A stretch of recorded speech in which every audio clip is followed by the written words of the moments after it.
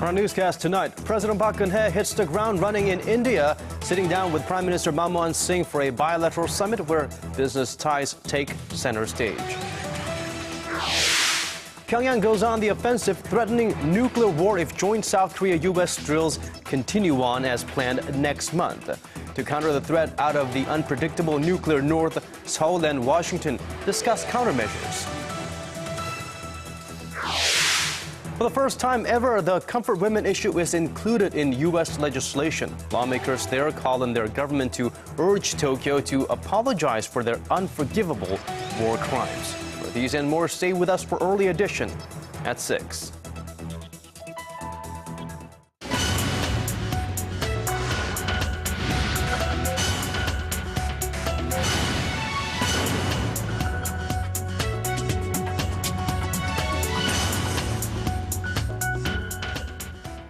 It is 4 a.m. in Washington, 2:30 p.m. in New Delhi, and 6 on a Thursday evening here in Seoul. Welcome to Early Edition at 6. I'm Moon Gon-young. And I'm Daniel Chen. Thank you for joining us. Today we begin again with President Park Geun-hye's state visit to India.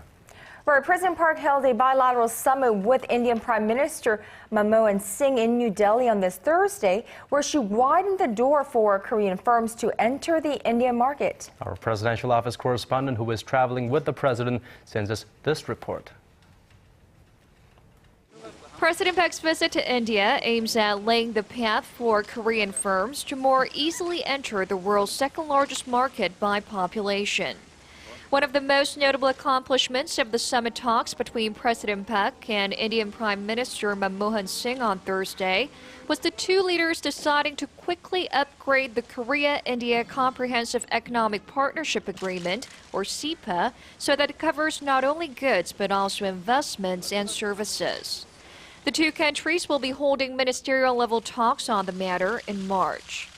Both leaders also agreed to revise the tax treaty between the two nations to reduce the tax burden on Korean and Indian companies operating in each other's countries and to prevent double taxation.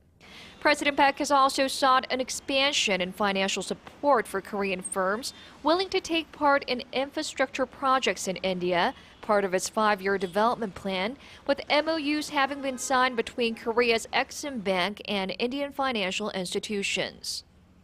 POSCO's stall project to build a steel mill in the Indian state of Odisha looks like is finally back on track, with President Park securing promises from the Indian government to resolve the obstacles that have been blocking progress for roughly 9 years now. The Korean steel giant was granted an environmental clearance for the 2,700 acres of land required for the project and also secured a promise from the Odisha state government to grant POSCO a prospecting license for an iron ore mine some 300 kilometers from the steel mill. On Friday, President Park will attend events that are focused on cooperation in the sector of the creative economy and meet with Indian business leaders to call for further investment in Korea. Ju, Arirang News, New Delhi. Meanwhile, Seoul's Ministry of Foreign Affairs is launching a task force to boost economic cooperation in Eurasia as part of its Eurasian Initiative policy. Now, the 5-person team under the ministry's Europe division will review and provide government support for various public and private business projects, such as those related to the construction of railways, roads, and pipelines that could eventually run through the two Koreas and Russia. The Eurasian Initiative was a campaign pledge of President Park Geun-hye. It aims to increase economic cooperation with Eurasia to encourage North Korea to open up to the outside world. The task force is expected to be formed as early as next month. Meanwhile, the U.S. House of Representatives has passed a bill addressing the issue of comfort women, those women forced into sexual slavery by the Japanese Army during the Second World War. Now, this is the first time the matter has been included in a U.S. congressional bill, and it's expected to increase pressure on the Japanese government to confront its wartime history. Arirang's Foreign Affairs correspondent Hwang Sung-hee has this report. U.S. lawmakers are formally calling on their government to pay more attention to the so-called comfort women, or women forced into sexual slavery by the Japanese military during the Second World War. In a document attached to a spending bill for 2014, The U.S. House of Representatives makes note of a 2007 resolution on the comfort women issue and urges the Secretary of State to encourage the government of Japan to address the issues raised in the resolution. The 2007 resolution calls on the Japanese government to issue an official apology for its wartime sexual enslavement of women. An estimated 200,000 females, mostly Korean, were used as sex slaves by the Japanese army in the early 20th century, and many are still waiting for an apology from Tokyo, although time is running out for the aging victims. The bill passed on Wednesday is not legally binding, but is highly symbolic of Washington's efforts to address the matter. It marks the first time the comfort women issue has been included in U.S. legislation and is sure to ramp up pressure on the Japanese government. Korea's foreign ministry welcomed the bill and reiterated its calls on the Japanese government to apologize for its wartime crimes. The Japanese government must humbly admit the universal crime of violating women's human rights that were committed during its imperial period and resolve the issue. I once again strongly urge the Japanese government to do so. Although the bill still requires Senate approval and a signature from President Barack Obama, Seoul's foreign ministry said that the bill is a sign that the comfort women matter is no longer just a regional issue, but a global one. Hwang Sang-hee, Arirang News.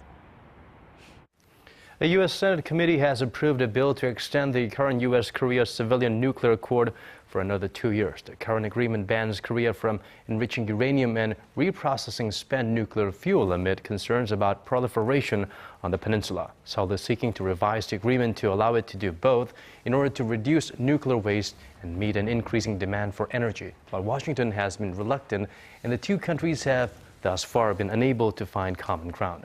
The 2-year extension would give the two sides more time to seek resolution on the matter. The current agreement is scheduled to expire in March, but if the bill is approved by the full Senate and the House, it would give President Barack Obama a green light to extend the end date to March 2016.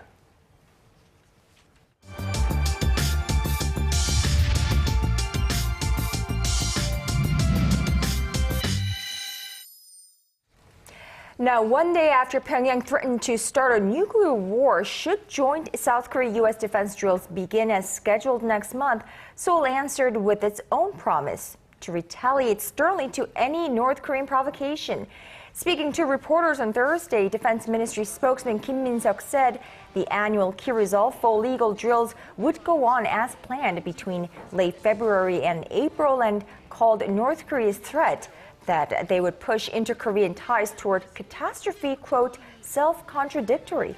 Meanwhile, Seoul and Washington wrapped up a high-profile military session on Wednesday in Hawaii. Roughly 40 defense and foreign affairs officials took part in the 2-day extended Deterrence Policy Committee tabletop exercise at the U.S. Pacific Command.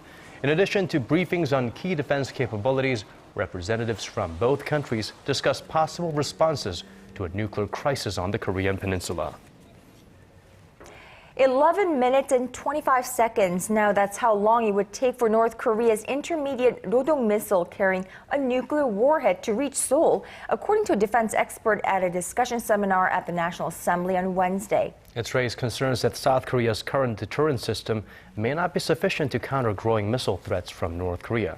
If that's true, if so, what needs to be done? Well, joining us live in the studio to provide us with some perspective is Park Hee-rak, professor at the Graduate School of Politics and Leadership at Seoul-based Kookmin University. Professor Park, welcome to the program. Now, 11 minutes and 25 seconds is how long a South Korean expert believes will take a North Korean missile to reach and strike Seoul. Now, is that a correct assessment? And based on the North missile capabilities and other things, would a North Korean missile with a nuclear warhead be able to strike parts of South Korea? Yes, I think it would be a correct assessment. As you know, Seoul is just 40 kilometers away from the demilitarized zone. So all the North Korean missiles, which may be more than 1,000, can strike South Korea, including Seoul. Rodong missile, which may have the nuclear weapons, has the range of 1,300 kilometers. be located in the northern part of North Korea can hit all the Korean peninsula.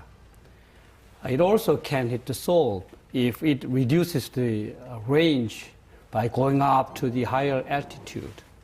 If North Korea uses that method, it will be very difficult to intercept that missile. So it would be a very big concern to South Korean security. Okay, it's a very frightful facts there, Professor Park, or Colonel Park, if I may. Well, I have another question for you. It's about the current deterrent system we have. There are some skepticism about is it effective, is it up to date, and if it is not the most effective option we have, what is the problem with the current system and what can we do to change or improve that? Yeah. Let me explain about the deterrent theory. There are two types of deterrence. So the first one is deterrence by punishment, like the deterrence of the crime by punishment. And second one is deterrence by denial.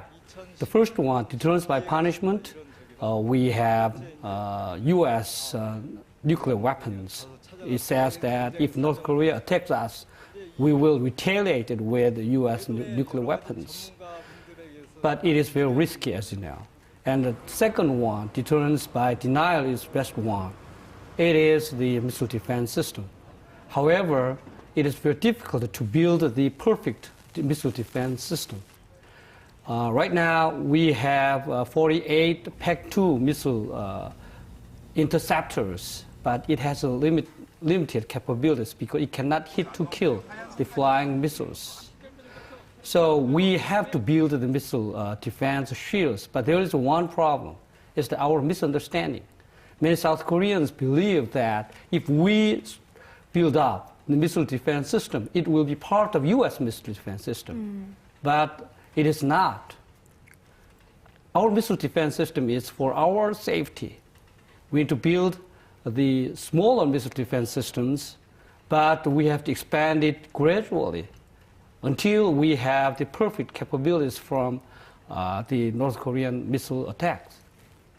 Now, Professor Park, however, Seoul's Defense Minister Kim Kwon-jin at the seminar yesterday expressed confidence in South Korea's capabilities and the so-called kill chain system to deter North Korean provocations or threats. Now, what are your thoughts on this? If we have all the necessary systems, Minister Kim said, I think we will have some good capabilities to hit and kill the North Korean attacking missiles. But until then, we do not have that reliable missile defense capabilities. It would take, I think, more than 10 years. So what you're saying is that right now, where we stand, we do not have the enough or sufficient capabilities to counter that North Korean threat. Yes, that's true. So I think we, including all the Korean people and the U.S. People, should recognize the reality that we don't have any reliable defense systems against North Korean nuclear weapons. That's why we try to make a close cooperation systems with the United States. We use the U.S. nuclear weapons in order to deter the North Korea. By using that U.S. nuclear deterrence capabilities, we can earn some time to build our own defense system. Well, we have two very large-scale combined exercises, drills with the U.S. The Key Resolve and Full Legal set to be held in February. Of course, North Korea, they always have the usual response, and perhaps this time we should take them more seriously. How serious should we take it? Is this time their bite going to be bigger than their bark? I think that if we cancel or delay or reduce the size of that exercise, North Korea will threaten more in the future. So I think we should demonstrate our strong will and power to North Korea that we will prepare to do necessary things if North Korea provoke. I think that exercise is the sign of our will to deter the North Korean provocation. I think it is necessary and it should continue. There's a necessary communication, but it's Yes, not you're right. through words and through action, of course. Yes, you're right. Okay. So in your view, is there a possibility that North Korea could actually launch a provocation in the near future? I don't have the much information as President Park had, but President Park said that from late January to early March, North Korea may provoke. So, and Defense Minister also said same things. So I think they will have very confidential, very reliable source. I think we should be prepared to any contingencies and review all the possible scenarios, because North Korea, I think, will try to employ very creative method at this time. So we need to explore all the possible scenarios and prepare for that. All right, well, and I believe the South Korean military, having that in mind, will be combat ready and on high alert for all kinds of scenarios. Professor Park Ki-rak of Kookmin University, thank you so much for sharing your insights with us this evening. Yes, we appreciate it. Yeah, my pleasure.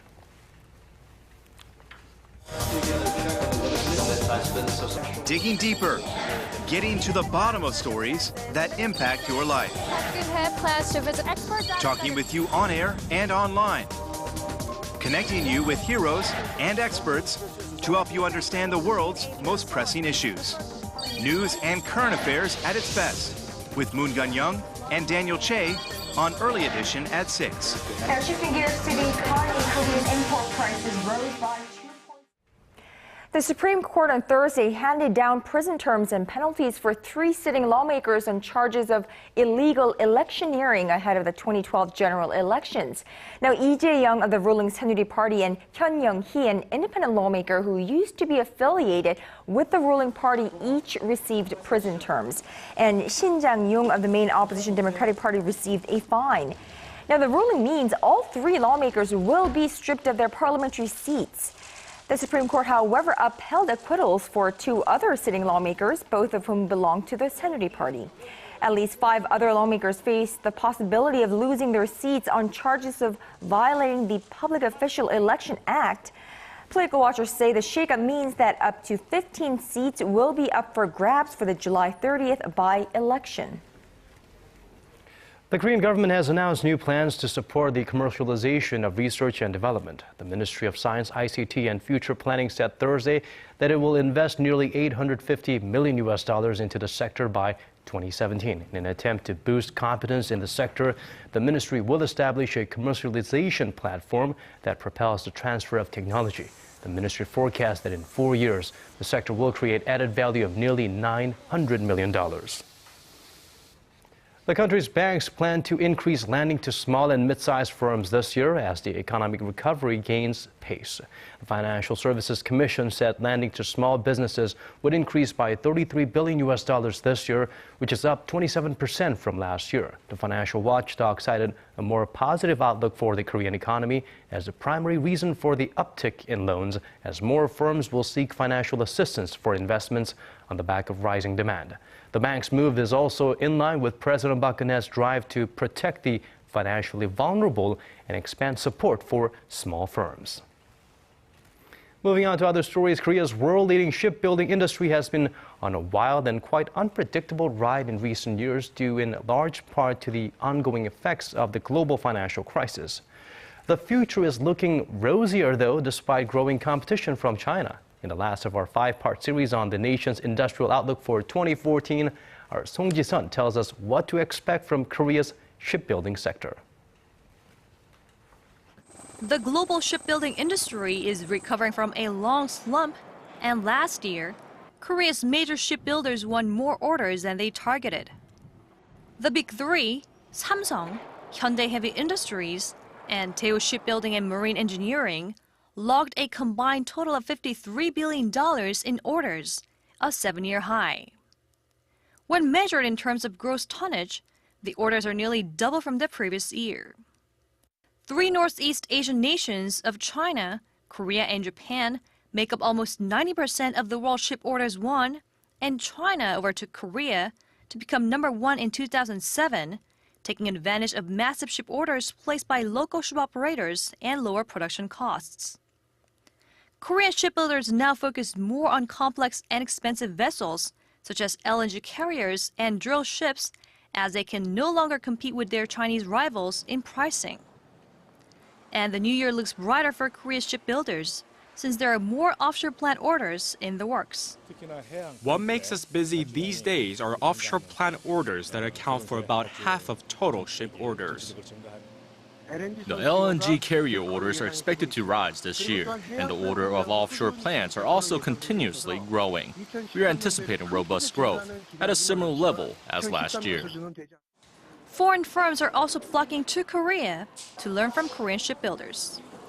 This corporation has moved its headquarters to Seoul district of Gangnam-gu to strengthen ties with Korea's leading shipbuilders. Korea is at the center of the global offshore and marine industry, and that if we want to be number one, if we want to succeed as a global marine offshore business, we have to succeed in Korea first. Industry analysts say Korean shipbuilders are now poised to benefit from a new global trend of requiring eco-friendly ships with better fuel efficiency and less emissions. 송지선, Arirang News. A group of ambitious young Korean students got some practice in the art of diplomacy at a Model United Nations conference this week, where they tackled various globally challenging issues like PROS. Kim Young-gil was there. A Model United Nations conference was held in Seoul Thursday to discuss some of the world's most pressing issues: world hunger, access to education, and climate change. Each participant represents a country and puts their own agenda on the table for discussion. The World Federation of United Nations Associations has prepared this program to give young people the opportunity to explore global challenges. And this youth forum really aims to give youth an opportunity to learn more, to get inspired, and to also acquire some skills that are necessary to meet those challenges. 5th to 12th grade students have gone through 1 week of training led by professionals from international organizations, NGOs, academia, and other relevant fields. Through their participation in this program and in Model United Nations, students have learned about the United Nations and its work in sustainable development and achieving the end of poverty. Ways to tackle world hunger and poverty was the most debated topic. The students agreed that extreme hunger and poverty affects one's access to education, health, and protection. They also drafted resolutions that would provide small loans to individuals living in poverty in order to help them become economically self-sufficient. As well as this, the students drafted initiatives to provide less developed countries with strategies to implement their own homegrown school feeding programs. I represent the delegate of Mexico, and the educational environment in Mexico is really good. Through this youth forum program, I learned that our opportunity in Korea is so better than other developing countries. The students said they were able to gain a greater understanding of how the UN works and the challenges world leaders face when approaching global issues. Through this conference, these young people had the opportunity to convey their thoughts on how to deal with the world's most pressing issues. And who knows, maybe one of these students could follow in the footsteps of Korea's most well-known diplomat, UN Secretary General Ban Ki-moon. Kim Young-gil, Arirang News. And over in China, smog levels in Beijing turned dangerous on Thursday, with the concentration of small particles rising to 26 times higher than the safety limit. The density of PM 2.5 pollution rose as high as 671 micrograms early Thursday morning in the Chinese capital, reducing visibility to just several hundred meters. That's far above the 25 microgram limit that's considered safe by the World Health Organization. Officials in Beijing say the heavy smog is likely to continue through Friday.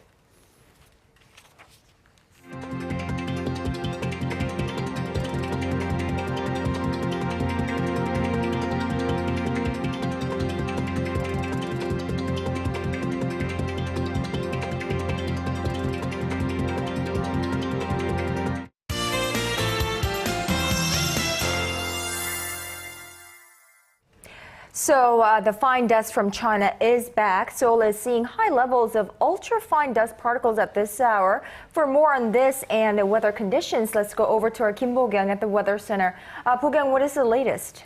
Well, Kanya, I don't know if you've been now, but it's pretty dark and smoggy at this hour. In fact, a pre-fine dust warning was issued here in Seoul as of 3 p.m. So, Bo-kyung, how long will we be under the effects of the air pollution? Well, Daniel, conditions won't be so favorable through tomorrow morning. Currently, Seoul is seeing 145 micrograms per cubic meter of fine dust, which is about 3 times the normal levels. But keep in mind that levels are forecast to rise even more tomorrow morning, so those of you with respiratory problems must take caution. Other than that, dry weather advisories are still in effect in most parts of the East Coast region, so please continue to be careful not to start any fires. Taking a look at tomorrow's readings, Seoul starts off the day at -5 degrees with a high of 5. Meanwhile, Daegu and Gwangju hit 7. Moving on to other regions, Jeju makes it to 7 degrees while Dokdo and Mount Kumgang peak at 3 and -2 degrees respectively. Well, please continue to be aware of fine dust, and back to you guys. Well, thank you for that, Bo-kyung, and that brings us to the end of our newscast. Thank you for watching. This is Daniel Che. And I'm Moon Gun-young. Thank you as always for being here with us. Have a wonderful rest of the evening, and we'll see you right back here same time tomorrow. Good night.